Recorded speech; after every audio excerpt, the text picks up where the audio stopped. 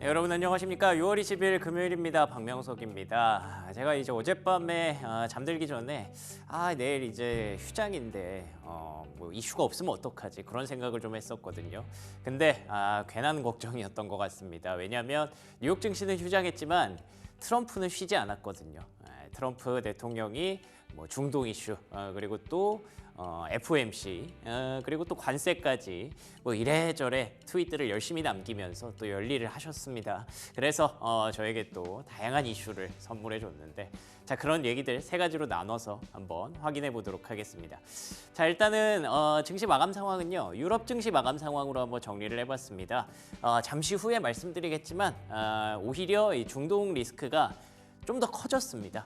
뉴욕 증시 쉬었다고 약간 뭐 안심하고 볼 게 아니더라고요. 보니까 또 2주 동안의 불확실성이 커지면서 유로스톡스 그리고 독일, 영국까지 모두 하락을 했는데 영국은 좀 덜 빠졌죠. 아무래도 영국은 비EU잖아요. 그런 것도 있을 거고 그리고 또 간밤에 BOE 통화정책회의가 있었는데 상대적으로 좀 비둘기파적인 내용들이 좀 나왔거든요. 이 덕분에 영국은 선전을 했다. 그렇지만 보시는 것처럼 바클레이스 영국의 은행이죠. 1.6% 하락했고 독일의 방산주 라인메탈 그리고 프랑스의 뭐 유명한 기업 루이비통 2.5%까지 내려오면서 전반적인 분위기 자체는 별로 좋을 수가 없었던 하루였습니다. 왜 그랬는지 첫 번째 체크 포인트 중동 이슈 먼저 확인해 보도록 하죠. 자, 요게 조금 문제가 됐습니다. 백악관에서 이제 이란 공격에 대해서 뭔가 계획은 다 있는 걸로 알고 있잖아요. 우리가 갑자기 트럼프 대통령이 G7에서 집에 갔던 이유가 그거 논의하려고 갔다고 우리가 이제는 알고 있죠. 근데 계획은 있는데 명령을 내리지 않았다라는 얘기가 최근에 전해졌었습니다. 그래서 트럼프 대통령이 딱 명령 버튼 누르면 이제 미국은 딱딱 맞춰서 출동을 해서 뭔가를 할 겁니다. 근데 그거를 언제 하느냐 얘기를 했었는데 2주 정도 고민을 해보겠다라는 얘기가 있습니다. 2주 안에 결정을 하겠다. 이게 뭐 우리가 지금까지 봐왔던 트럼프 대통령의 협상 전략이기도 하죠. 딱 며칠 유예 기간 딱 주고 그때까지 해와라 혹은 뭐 그때까지 뭐 쉽게 말하면 꿇어라 뭐 이런 거죠. 근데 일단은 우리 입장에서 그러니까 비미국에 살고 있는 투자자 입장에서는 어떻게 보면 이게 2주 동안의 불확실성이 더 길어진 겁니다. 차라리 이게 빨리 끝나는 게 낫거든요. 근데 이게 2주 동안 앞으로도 이거 계산기 때리기 좀 어렵겠네라는 생각이 또 들더라고요. 다음 장 넘겨주시면 왜 이런 얘기를 드리냐면 지금 이 그 호르무즈 해협에 어제 전해드렸던 얘기 중에 선사들이 호르무즈 해협 통과를 좀 꺼리고 있다라고 말씀드렸는데 지금 이쪽에 이게 어떤 기사냐면 다들 주목하고 있을 거 아니에요? 전 세계가 지금 여기서 무슨 일이 일어나나 보고 있다 보니까 이쪽에 전자파가 엄청나대요. 그래서 다들 여기서 전자파를 쏘다 보니까 사실은 이제 돌아다녀야 될 선사들과 항구의 어떤 뭐 통신, 교신 이런 것들도 방해를 받을 정도로 여기가 전자파가 지금 어마무시하다고 합니다. 그런데다가 심지어 이제 또 보험사 입장에서 불안하죠. 여기 지나다니는 선사들이 만약에 불가피한 뭐 타격을 받을 수도 있으니까 그래서 보험료도 계속 올라가고 있다고 하고 이게 돌고 돌아서 결국에는 비용이 된다면 해상운임에 악영향을 미칠 수 있기 때문에 이런 불확실성이 언제 어떻게 어디서 일어날지 모르는 불확실성이 2주 더 늘어났다라고 생각하시면 될 것 같아요. 다음 장 넘겨주시면 그래서 브렌트유 기준으로 사실 여기서 이렇게 오르락 내리락 하면서 고점을 안 뚫었으면 좋겠다라고 WTI랑 비슷하죠. 움직였었는데 결국에는 간밤에 $80 근처까지 다시 올라가는 흐름이 있었기 때문에 앞서 보셨던 유럽 증시가 좋을 수가 없었다라고 보시면 될 것 같고요.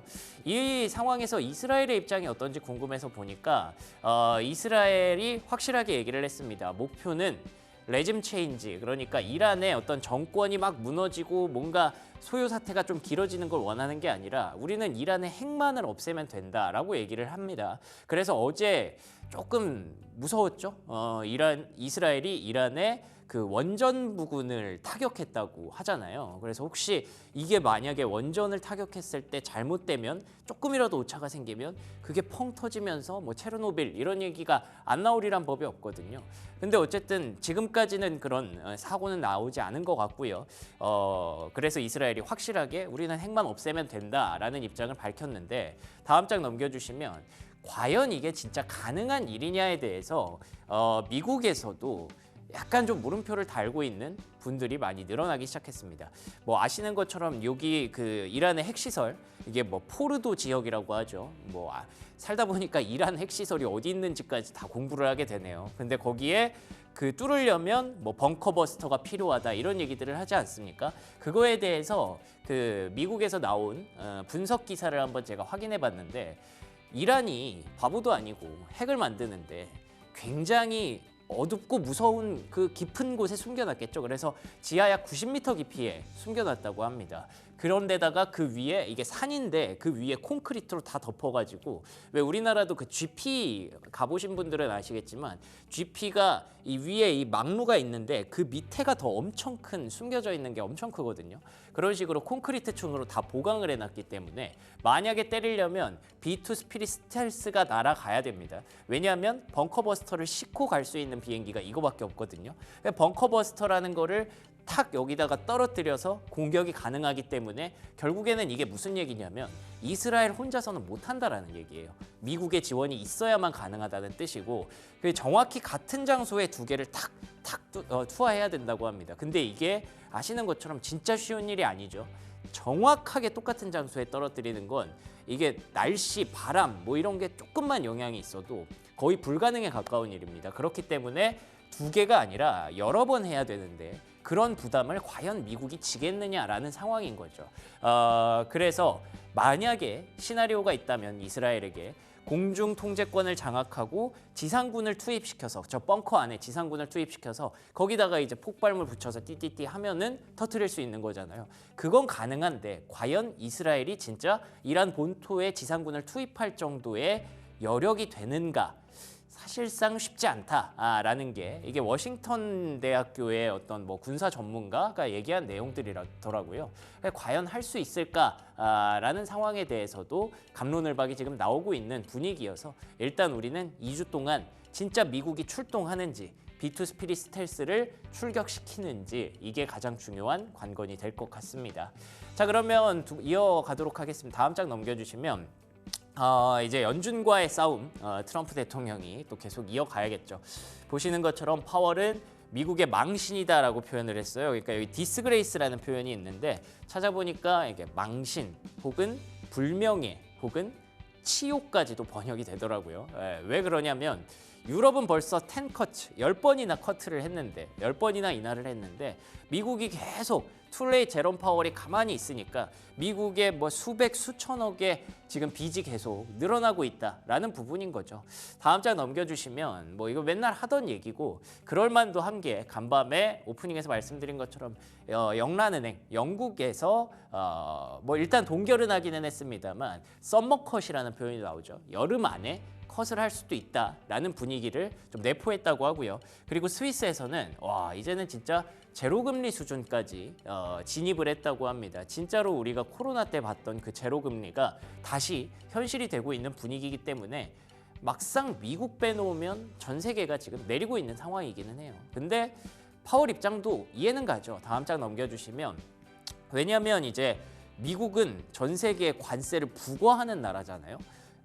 다른 나라들은 관세를 받아야 되는 입장이다 보니까 다른 나라 안에서는 물가 상승률에 크게 작용하지 않아요. 어차피 미국으로 들어가는 물건에 한해서 이제 관세가 부과되고 그럼 그 기업들이 이제 손해를 보는 그런 구조이기 때문에 그래서 미국이 물가가 올라갈 수도 있다라고 생각하는 것도 당연한 일입니다. 그렇기 때문에 파월의 입장에서 미국의 월가의 분석들을 한번 살펴봤는데 JP모건은 연말까지 동결 기조를 유지할 가능성이 높아 보인다라고 일단 올해는 조금 내려놔야 된다라는 의견을 보였고요. 모건 스탠리에서는 뭐 GDP 성장률 내리고 실업률 전망치 올리고 물가 전망치 올렸기 때문에 시장에서 일각에서 뭐 스태그플레이션 얘기를 하는데 그 정도까지 파월이 생각하는 건 아니니까 너무 큰 걱정할 필요는 없다라고 얘기를 하고요. 골드만삭스에서는 고용이 악화될 경우 금리 인하도 가능하다라는 얘기를 했습니다. 결국에는 이 세 개의 기관의 의견이 다 다른 거죠. JP모건 연말까지 포기해라는데 골드만삭스는 어쩌면 할 수도 있다라는 거고 모건 스탠리는 또 다른 얘기하고 있고 이렇다 보니까 시장이 잘 모릅니다. 그래서 다음 장 넘겨주시면 CME 페드와치 기준으로는 기회가 지금 3번 남았어요. 7월은 뭐 동결이 거의 확실시고 9월, 10월, 12월인데 사실 퍼센테이지가 크게 다르지 않죠. 차이가 나지 않기 때문에 이거는 아직까지는 좀 두고 봐야 된다. 잘해야 한 번 정도 할 수 있지 않을까? 3번 기회 남았는데 뭐 그런 생각을 해야 되지 않을까 싶습니다. 시나리오 그렇게 가져가시고요. 자, 3번째 체크 포인트로는요. 뭐 관세와 관련해서 그러니까 다른 나라들과의 뭐 중동 말고 다른 나라들과의 관계와 관련해서 어떤 얘기가 있었는지 찾아보니까 일단 틱톡 그 퇴출 법안에 대해서 또 90일 유예를 했습니다. 거기 이렇게 자기가 사인했다고 이걸 또 올렸더라고요. 이거 캡처해가지고 그 말인즉슨 그건 것 같아요. 지금 다른 데가 너무 정신이 없잖아요. 중국을 상대하려면 이 틱톡 법안이 계속 레버리지 카드, 협상 카드가 되어야 하는데 요거를 지금 뭐 어떻게 기든 아니든 결정을 해버리면 중국이랑 협상할 여지가 좀 줄어드는 거기 때문에 그걸 90일 더 끌고 가는 거죠. 이런 걸 봤을 때 사실은 다른 나라들 입장에서 좋아 보일 것 같아요. 왜냐하면 다음 장 넘겨주시면 지금 저렇게 G7에서 둘이 되게 사이좋은 척 하고 나서는 캐나다의 카니 총리가 막 미국이 계속 이렇게 압박하면 우리가 미국한테 더 센 철강 관세를 날릴 수도 있다라고 얘기를 하고요. 유럽에서도 지금 이래저래 지금 레버리지 카드를 만지작거리고 있는 느낌이거든요. 만약에 미국이 계속 이렇게 지지부진한 모습을 보이면 보일수록 다른 나라들 입장에선 쟤네 내가 봤을 때는 신경 쓸 게 굉장히 많은데 우리랑 할 때 우리가 좀 더 요구를 해도 되지 않을까라는 생각을 할 수 있다는 말이죠. 그래서 트럼프 대통령이 왜 휴일에도 계속 열일을 했는지 뭔가 짐작은 되는데 어쨌든 불확실성 기간은 좀 더 늘어날 수밖에 없는 그런 상황인 것 같습니다. 자, 종목들 간의 이슈도 꽤 다양한 게 나왔어요. 첫 번째로는 애플이었는데요. 의외로 중국에서 저 subsidies가 보조금이거든요. 중국에서 뭐 이구환신 이러면서 요즘 보조금을 많이 주잖아요. 덕분에 4월과 5월에 그 애플의 중국 스마트폰 점유율이 코로나 때 이후 역대 최대를 기록할 정도로 잘 팔렸다고 합니다. 애플 주가는 이렇게 계속 빠지고 있는데 근데 중국에서 판매량은 나름대로 잘 유지가 되고 있다는 거죠. 그런데다가 다음 장 넘겨주시면 요 폴더블 스마트폰에 대한 기대감이 급격하게 좀 높아지고 있습니다. 권밍치라고 아시죠? 그 대만의 애플 전문가 지난 3월에 올렸던 그런 그 화면인데 아마 이렇게 폴드 형식, 삼성으로 따지면 폴드 형식이 있고 플립 형식이 있잖아요. 폴드 형식으로 나올 가능성이 높다고 하고 이번에 또 다른 얘기를 했던 게 본인이 이제 종합을 해봤을 때 애플의 그 하청업체인 폭스콘이 하반기에 프로젝트를 시작할 예정이고 애플이 본인이 들었을 때 1,500만 대에서 2,000만 대 정도를 주문한 것 같대요. 근데 뭐 애플의 폴더블 폰이 나오면 누가 뭘 하게 될지는 명확하게는 모르지만 확실한 한 가지는 삼성 디스플레이가 폴드 디스플레이를 만들 가능성은 확실하다고 하네요. 근데 삼성 디스플레이의 연간 캐파가 폴더블 폰 700에서 800만 대밖에 못 만들기 때문에 애플이 이렇게 많이 주문을 한 건 당장 내년뿐만이 아니라 2028년까지 몇백만 대씩 계속 출하를 할 가능성이 높다라고 본인이 추측을 한 거고요. 여기에 단서를 달았던 게 뭐 애플카처럼 언제 또 없어질지 모르는 일이기 때문에 참고하셔라 이렇게 얘기를 해놨는데 이렇게 되면 내년에 아마 올해 하반기에는 애플 폴더블에 대한 기대감이 조금 살아날 수도 있지 않을까. 어떻게 나올지 굉장히 궁금하긴 하네요. 자, 그리고 다음 장 넘겨주시면요. 테슬라 얘기가 또 나왔는데 그 텍사스의 오스틴 지역에서 로보택시를 좀 연기해달라라는 얘기가 요청이 들어왔다고 합니다. 이 22일이면 내일 모레잖아요. 근데 갑자기 여기서 연기를 해달라고 요청을 해서 이거 또 어떻게 핑계가 되는 건가라는 생각을 했는데 다행히도 이게 데모크라틱이 그러니까 민주당 의원들이 얘기한 거거든요. 근데 뭐 아시는 것처럼 일론 머스크는 지금 사실상 공화당 인원이죠. 그렇기 때문에 뭐 크게 위협이 되지는 않을 것 같고요. 다음 장 넘겨주시면 조금 안타까운 건 이제 스페이스X의 스타쉽이 또 폭발을 했고 영상을 보니까 뭐 날아가다가 폭발한 게 아니라 그 자리에서 그냥 폭발이 됐더라고요. 그래서 일론 머스크가 참 요즘 신경 쓸 게 많겠구나. 과연 로보택시는 잘 만들 수 있을까? 잘 발표할 수 있을까? 조금 고민이 되기는 하네요. 자, 그리고 마지막으로는요.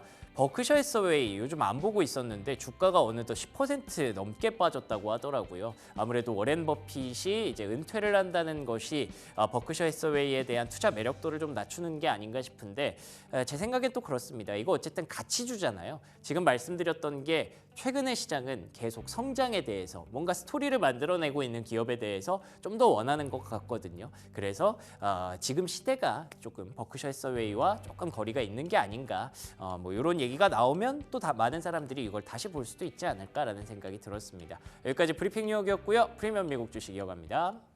잠깐! 구독, 좋아요 눌러주셨나요? 만약 아직까지 누르시지 않았다면 지금 당장 눌러주세요.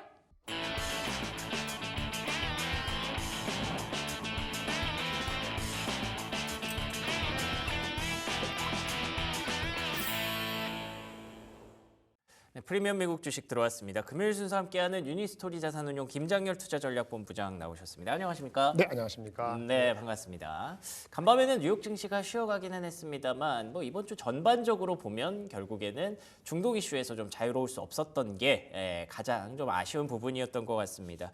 뭐 2주 정도 또 고민해 보겠다라는 백악관의 입장이 나왔습니다. 지금 상황 어떻게 보고 계신가요? 네, 원래 최고조의 협상으로 오기 위해서는 압박을 최고조로 해야 되거든요. 그렇죠. 네, 그래서 트럼프 시기죠, 그게. 그렇죠, 맞아요. 네. 뭐 누구나 마찬가지긴 한데 승인 떨어졌다.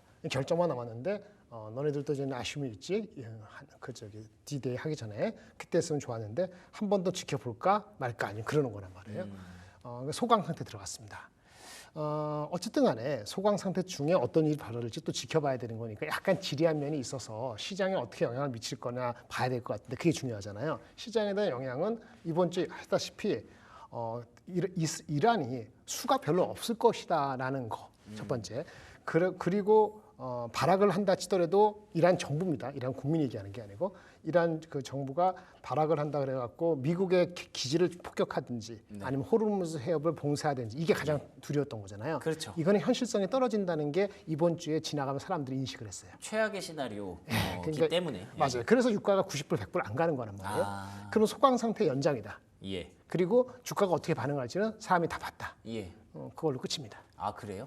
그러면은 이제 뭐 불확실성은 많이 불확실성이 없어진 게 아니고 불확실성을 경험을 했기 때문에 추가적으로 이거가 새로운 게 프레시한 그 나쁜 거건 좋은 공간에 확인이 됐잖아요. 예. 스트라이크한다. 예. 결정하면 스트라이크 바로 끝날지. 저는 이번 주에 스트라이크를 하면은 미국이 그 벙커 버스터에서 하면은 바로 끝날지 그것도 한 일주일 갈지 그게 중요했다고 생각했는데 미뤘지 않습니까? 그렇죠. 그러니까 판단을 유보하는 거죠. 예.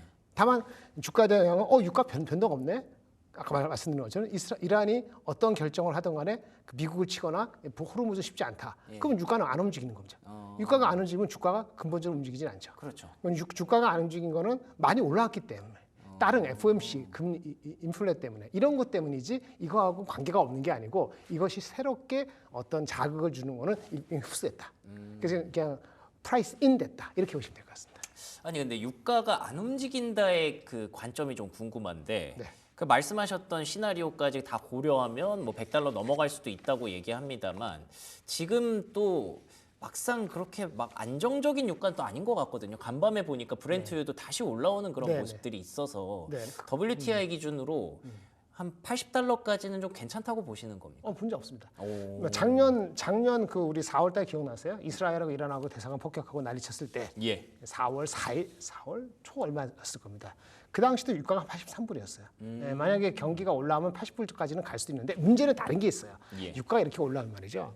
계속 올라 80불, 90불 되면은 셰일 가스 업체, 셰일 미국의 셰일 업체들이 증산한 모멘텀이 생깁니다. 채산성이 안 돼가지고 얼마 전에 60불 이하 갈 때 기억나세요? 그래서 이제 오히려 그 미국 그 셰일 업체가 죽겠다 뭐 이런 얘기를 했거든요. 유가 70불 이상 계속 진행되고 80불 되면은 그 증산합니다. 사우디, 캐나다에 대해서도 증산을 걔네들이 욕구가 생기는 거고요. 그러네요. 옛날에처럼 그 중동의 다른 국가들이 그 이란을 무작정 동조할 가능성은 없어요. 지금 상황에서 마켓이 늘리고 그 증산할 모멘텀이 있습니다. 어쨌든 중요한 건 미국 입장에서는 미국 인플레 걱정하시는데 미국이 옛날에 그 70년대 그 유가 쇼크 있을 때 그때는 미국이 수입하는 거의 80%를 중동에 의지했는데 지금 미국이 수입하는 것도 많이 줄었지만 자사도 있고 하는데 미국의 수입이 가장 큰 건 뭔지 아세요? 캐나다예요. 그 중동에 대한 비중은 10% 초반밖에 안 됩니다. 많이 낮춰놨고. 예, 그래서 그 임팩트가 크지 않아요. 그리고 아까 쉐일이 50년 전 다른 게 있기 때문에 그래서 미국이 자신 있는 하는 거예요. 다만 이게 섣불리 그 완전히 벙커버스트 하면은 혹시라도 가만히 있는 중동 주변 국가들 이 어떻게 나올까라고 싶은 게 있는 거죠. 시아파를 같이 하는 애들이 있으니까. 그렇죠. 그런데 이제 중동도 바뀌었죠. 중동도 보세요. 나라가 살려면은 그 유가만 가지고 사는 게 아니니까 미국의 새로운 AI 흐름에 맞춰서 서포트를 받아야 돼요. 그래서 그러니까 미리 정리해놓고 온 그렇죠. 거구나. UAE도 그렇고 사우디도 그렇고 이 쉽지가 않습니다. 그리고 저 후티 저기 시리아는 그 정권 바뀌었죠. 쉽지 않은 걸 알고 있단 말이에요. 그래서 표면적으로 동조하거나 중립을 지키는 거하고 실질적으로 미국에 대들고 하는 거는 명분을 주지 않으면 쉽지 않다. 그 간복이 그 명분을 주기 위해서도 2주 더 줬어라고 얘기하는 거예요. 그 말 안 들으면 어떡해요? 그땐 벙커버스터 들어갈 거예요. 그러면은 진짜 미국이 벙커버스터를 쏴서 직접적으로 참전할 가능성도 있다고 보시는 2주 거예요? 동안 없으면 벙커버스터 하겠죠. 왜냐하면 과거랑 다른 것이 이스라엘을 설득할 명분이 없는 거예요. 이스라엘을 설득하는 것도 시간 좀 줘. 이게 급한 가루가 중요하지 않잖아. 정권은 바꾸는 좋은데 정권을 벙커버스에서 지금 박살내는 게 좋은지 더 시간 끌고 하면 힘 빠질 텐데 필요할 때마다 한 번씩 네가 쳐서도 그 정전해가지고도 하는 걸 멈출 수 있는데 물론 계속 그럴 수 없죠. 그러니까 근본적 뿌리를 뽑으려면 이스라엘의 말이 맞을 수 있는데 여러 가지 이유가 있으니까 서로 간에 양쪽에 그 이제 뭐 명분을 세우기 위해서 한 1, 2주 정도 고민한다는 얘기이기 때문에 미국 입장에서도 그거 지나고 나면 더 이상 명분이 없어요. 이스라엘의 얘기를 반대할 수가 없죠. 어떻게 반대하겠어요? 승인해주고 지원해지는데 2주 전에도 말을 안 듣는다. 그럼 어떻게 합니까? 미국이 할 수 있는 게 없죠. 진짜 벙커버스 살 수밖에 없어요. 그렇게 해서 통보를 한 거예요. 그러면 그 2주 동안에 만약 핵을 마련하는 거야? 만약 그렇게 되면은 한번 치겠죠. 이스라엘이 그 미국 벙커버스 기다리겠어요? 그냥 또 폭격하는 겁니다. 그 노이즈는 있어요. 그 노이즈 때문에 70불에 80불 될 수도 있고 갈 수 있지만은 그렇게 계속 올라가면은 여러 가지 캐나다가 뭐 저기 증산할 수 있는데 사우디 포함해서 쉐일 해가지고 하기 때문에 이것이 지속적으로 올라가기보다는 올라가다가 결국 내려올 수 있다는 사람들을 시장에서 관계가 하기 때문에 주가 시장에는 걔네들이 이란이 제가 느낀과 달리 힘이 있어서 미국을 쳐, 그죠? 호르무즈를 이렇게 해. 자기는 죽을 각오 하고 그러면은 그 일시적으로 진짜 90불 할 수 있겠죠. 그 가능성은 높지 않다고 본다면 제 말대로 그러면 주식시장에는 이번 주에 있었던 그런 변동폭 이상으로 뭐 시장이 3% 4% 이렇게 빠진다 그것 때문에 유가 때문에 이럴 가능성은 저는 굉장히 낮다고 봅니다. 그렇군요. 근데 그러면은 벙커버스터를 쏘면은 만약에 그 시나리오까지 가면은 어떻게 되는 거예요? 그 이후는? 그러면 그 한 액션에서 미국하고 이스라엘 입장을 만약에 생각해 본다면 빨리 끝나는 게 좋죠. 확실하게 해야지. 근데 그럼 빨리 끝나는 거예요? 근데 그거 해서도 빨리 안 끝날 가능성을 안 해봤기 때문에 모르죠. 근데 기술적으로나 이런 거는 금방 끝날 수 있다라고 얘기하는 거 아닙니까? 그래서 그 자체가 기술적으로 어려운 게 아니고 혹시라도 시간이 끌리고 이란이 진짜 나 죽기 전에 발탁한다고 호르무즈를 어떻게 하고 아니면 미국에 있는 어디 자산이 여러 군데 있으니까 약한 고리도 한번 쳐보고 그리고 이렇게 할 수도 있잖아요. 그 마지막 그거 불꽃이나 아니면 노이즈는 막판에 더 셀 수도 있겠죠. 원래 불판이 있어요. 그런 정도는 리스크를 안고 가야 되는 거죠. 그러니까 이제 2주를 벌었지만 트럼프 대통령을 비롯한 이제 미국의 참전 가능성은 낮지 않다라고 보시는 것 같고요. 2주 안에는 우리가 근데 뭐 2주 뒤에 뭐 무슨 일이 일어날지 그런 뭐 참전을 할지 말지 그런 것도 중요하지만 사실 그 사이에 계속 우리는 매매를 해야 되고 투자를 해야 되니까 그 사이에는 어쨌든 시간을 번 개념으로 생각하시면 될 것 같습니다. 그래서 좀 긍정적으로 보실 수도 있을 것 같은 그런 분위기인데 이건 또 이제 미장이 열려봐야 알 것 같아서 좀 내일까지 두고 봐야 될 것 같습니다. 그리고 이제 연준 얘기로 넘어가 볼까요? 연준과도 계속 뭐 대립이 이어지고 있는 분위기인 것 같은데 트럼프 대통령이 또 그 파월 의장을 또 지적을 했어요. 네. 어떻게 보셨습니까? 지적을 이거 뭐 새삼스러운 거 아닙니까? 아, 그렇죠, 그렇죠. 주가에 전혀 관계 없습니다. 예. 파월이 쫄아가지고 그만둘 리는 없잖아요. 음. 예, 그래서 관계 없습니다. 관계 없고요. 예. 이제 이슈는 그거죠. FOMC가 이번에 액션을 취하지 않았죠. 예. 액션을 취하지 않았고 경계감은 높였어요. 액션을 취하지 않고 금리 인하 안 했고요. 그건 예상했던 거니까 놀라운 거 아니고 점도표로 변화 없었어요. 사실 3개월 사이에 점도표를 올릴 수도 있는데 저도 변화가 없었어요. 예. 액션이. 그런데 경계감은 높였어요. 경계감 높인 건 뭐죠? 당연히 3개월 사이에 뭐가 있어요? 관세가 날리시니까 경제 성장을 낮추고 그 다음에 또 뭐죠?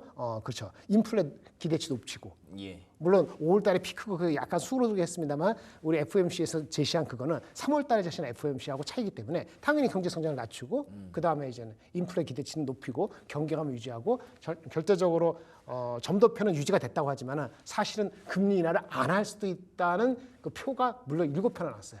금리 인하를 2번 하는 거 8표, 안 한다는 거 7표. 그 되게 극과 극으로 좀 갈린 거네요. 그렇죠. 근데 설명하면 이제 그렇게 갈리는 게 결국은 수그러들 거다. 지금 데이터가 없기 때문에 갈린 거지. 네. 의견이 다른 거지. 너무 의견을 두지 마. 금리 인하는 언제든지 할 수 있어. 근데 지금 이 상황에서는 관세의 영향이 어떤지 당신도 모르고 나도 모르는데 예. 한 여름 중후반 가봐야지 알아. 기다려 얘기거든요. 근데 리스크는 그거죠. 이게 다 저는 중립적으로 봐요. 시장의 중립적 새로운 거 없는데 경기가 당연히 높였을 거라고 생각하는 건 높여봤고 의견이 달릴 수도 있다는 건 높였고 그런데 금리 인하를 안 하는 건 관세 때문이고 그거 다 아는 거 아니에요? 그렇죠. 그러니까 실제 영향이 없어요. 근데 시장에서 걱정하는 거는 트럼프 말을 믿는다든지 그런 아니면 하는 거는 관세가 오른다 그랬죠. 예. 근데 관세량이 없는 듯하다가 관세량이 인플레를 자극하는 게 아니고 관세 영향 때문에 수요가 개박살내 나갔고 고용도 개박살나고 예. 어느 순간에 여름 8월달 된다 합시다. 예. 그럼 어떡하죠? 만약에 그렇게 된다면 그러면은 네. 이게 금리 인하를 안 한 거잖아요. 관세 인하 때문에 걱정돼서 안 한 거잖아요. 그렇죠. 관세 인하 때 인플레 될까 봐 인플레 올라갈까 봐 어떻게 될지 몰라서 금리 인하를 멈추고 안 한다는 거잖아요. 그렇죠. 근데 오히려 이게 이제 수요가 낮아지고 물가가 올라간 게 아니라 만약에 수요가 낮아지면 고용이 개판되고 예. 뭐 거기 그래서 갑자기 9월달에 금리 인하 할 때 9월달 금리 하나 정확히 모르지만 한 60%는 되니까 그럼 갑자기 50bp를 하는 거야. 그렇게 할 수밖에 없는 상황을 몰리는 거예요. 금리는 안 그러면은 했더니 시장이 오히려 충격받을 것 같아요. 그게 다운사이드입니다. 근데 그 다운사이드도 저도 생각을 하는데 그 다운사이드까지 2개월 남았잖아요. 생각하니까 네, 그렇죠. 데이터를 봐야 되는 거니까 그 정도는 가능성으로 열어놓을 수 있고 시장에서도 그 정도는 가능성으로 경계심을 갖고는 있을 것 같습니다. 근데 그거 베팅해서 그럼 주가에 시장에서 빠질 것이냐? 주가 올랐으니까 그저 골치 아플 것 같은데 그렇게 아직은 액션 취할 것 같지 않다는 얘기입니다. 물론 인플레가 아니고 디플레나 경기 둔화가 심화돼서 금리 인하를 확 갑자기 50bp 할 수도 있기 때문에 경계감을 갖고 가는 건 맞아요. 그렇죠. 근데 이제 어느 누구도 그 관세 이펙트가 정확히 어떤 걸 먼저 자극할지 그렇죠. 아직 모르겠다. 모르겠어요, 진짜. 뭐 그분도 모르고 근데 뭐 트럼프 입장에서는 그게 뭐 그거잖아요. 인플레 전혀 없고 없다라고 인플레 얘기하죠. 없고 네. 뭐지 2.5% 낮춰서 뭐 2% 이하로 낮춰서 상관없다는 거잖아요. 그렇게 하면 인플레 올라가겠지만 어쨌든 그렇게 하는데 지금 중요한 거는 경기가 침체까지는 안 해도 확 둔화할까봐 생각하는 사람들이 일부 에어리어에서 사람들이 있다. 근데 그게 대세가 아니기 때문에 시장에는 그 경계감을 반영하고 있지 않다. 저도 그거 동감합니다. 따라서 주식시장에는 플러스 요인은 당연히 아니지만 네. 금리 인하가 돼야지 뭐 제약바이오도 그렇고 뭐 성장주가 다시 힘있게 올라갈 거 아니겠어요? 그렇죠. 그런 측면에서는 그거는 좀 유보하는 이런 빌미가 될 수 있다. 이렇게 말씀드리겠습니다. 알겠습니다. 결국 중동 이슈도 그렇고 FOMC 이슈도 그렇고 시장이 가장 궁금해하는 거는 물가인데 중동에서 이슈가 점점 더 커져서 WTI 그러니까 국제유가 가격이 올라간다고 해서 아까 말씀하셨던 대로 과연 진짜 미국의 물가에 크게 영향을 주겠느냐. 미국은 이미 캐나다에서 많이 받아 쓰고 있는데 그 노출도가 많이 낮아졌는데 과연 영향을 미치겠느냐에 대해서도 시장은 궁금해하고 있는 그런 상황인 것 같고요. 그리고 또 관세로 인해서 지금 물가가 우려를 계속 하고 있는데 정말 파월 의장 의견대로 물가가 계속 올라갈 수도 있는 것인지 아니면 영향이 좀 작은 것인지 이런 것들을 계속 고민하는 과정에서 결국에 미국 증시가 왜 못 올라가는지에 대해서의 답이 되는 것 같네요. 그렇다고 해서 또 빠질 건 아니니까 지금 시장이 많이 망가진 건 아니니까 그렇게 이해를 하면 될 것 같습니다. 그러면 이에 비해서 국내 증시는 상대적으로 그래도 3,000선 도전기를 써가면서 상대적으로 선방하고 있는데 그러게요. 이런 이슈들이 혹시 악영향이 되지는 않을까요? 어떻게 보세요? 네, 아까 전쟁 얘기는 미국에서 영향을 안 받으면 한국도 영향 안 받겠죠. 그러네요. 예. 예. FOMC는 그거를 막기 위해서 금리를 이렇게 했는데 미국의 국채 수익률에 따라서 또 달러가 약세가 되는 거 흐름에 따라서 다르거든요. 달러가 강세가 될 것 같지는 않지 않습니까? 일시적인 거 말고는. 지금은 그렇죠. 예, 근데 뭘 지금은 아직 전쟁이 남아 있으니까 달러가 다시 강세되면서 원화가 요즘에 다시 약세가 됐는데 네. 1389까지 갔잖아요. 네네, 좀 올라왔어요. 그거 만에 풀리면은 바로 3,000 넘어서 오. 3,100까지 갈 수도 모르겠어요. 그러네요. 왜냐면 우리나라에 대기장이 많다는 거 신문 많이 보셨을 거예요. 예. 예, 그 저기 뭐 이렇게 대기장 65조 들어맞다. 그렇다고 하더라고요. 하면은 빠지면 사겠다는 사람이 많은 거거든요. 네. 그래서 주시장이 쉽게 빠지지는 어렵다고 봅니다. 변동성은 있습니다. 아까 뭐 FOMC에 그다음 관세 아직 7월 8일 날까지 상호 관세 해야 되는데 그렇죠. 그런데 6월 24일 날 나토 회의 있죠. 나토에서 우리 국방 예산 뭐 압력하고 우리는 상법 개정 통과 뭐 여러 가지 있잖아요. 막 혼재되기 때문에 눈치를 계속 볼 것 같고 변동성은 클 수 있어요. 그러니까 많이 올라간 주식은 또 누군가 팔면은 요거 팔고 더 나은 걸로 갈 수 있으니까 하루에도 변동성이 있어요. 이건 방법이 없어요. 그렇죠. 하지만 대기자금이 많고 달러가 약세가 될 수밖에 없다는 거를 기준으로 삼는다면은 미국 시장이 자체적으로 한국에 어디 영향을 좀 미친다 봤을 때 미국이 한 5% 6% 빠질 수 있는 만에 악재가 아니면은 한국 시장이 추세를 바꿀 가능성은 단기적으로는 별로 없다 이렇게 보여집니다. 알겠습니다. 결국에는 이 중동 리스크가 미국에 어떤 영향을 주는지가 가장 중요한 그런 시점인 것 같네요. 근데 지금까지의 상황들에서 뭔가 만약에 더 발전되지 않는다면 뭐 그나마 다행히 이쯤에서 조정을 마칠 수도 있을 것 같고요. 근데 또 2주 이후에 어떤 일이 일어날지 모르니까 그때까지 좀 조심해야 될 것 같습니다. 그러면 다음 주는 우리가 뭐 미국장, 뭐 한국장, 뭐 전반적으로 어떤 흐름이 나타날지 간단하게 예측해 볼 수 있을까요? 네, 다음 주는 미루어진 게 아니고 나토 정상회가 24일 날, 25일 날 있습니다. 예. 거기서 뭐 국방이라든지 뭐 GDP, 뭐 방위비 이런 압력이 있을 건데 거기서 우리나라는 어떻게 할지가 궁금하고요. 25일인가 26일인가 25일 6일일 겁니다. 그리고 26일 새벽 우리 그 마이크론의 분기 실적을 3, 4, 5월 달에 나옵니다. 그 하이닉스 삼성전자의 26일 날 일주일 뒤네요.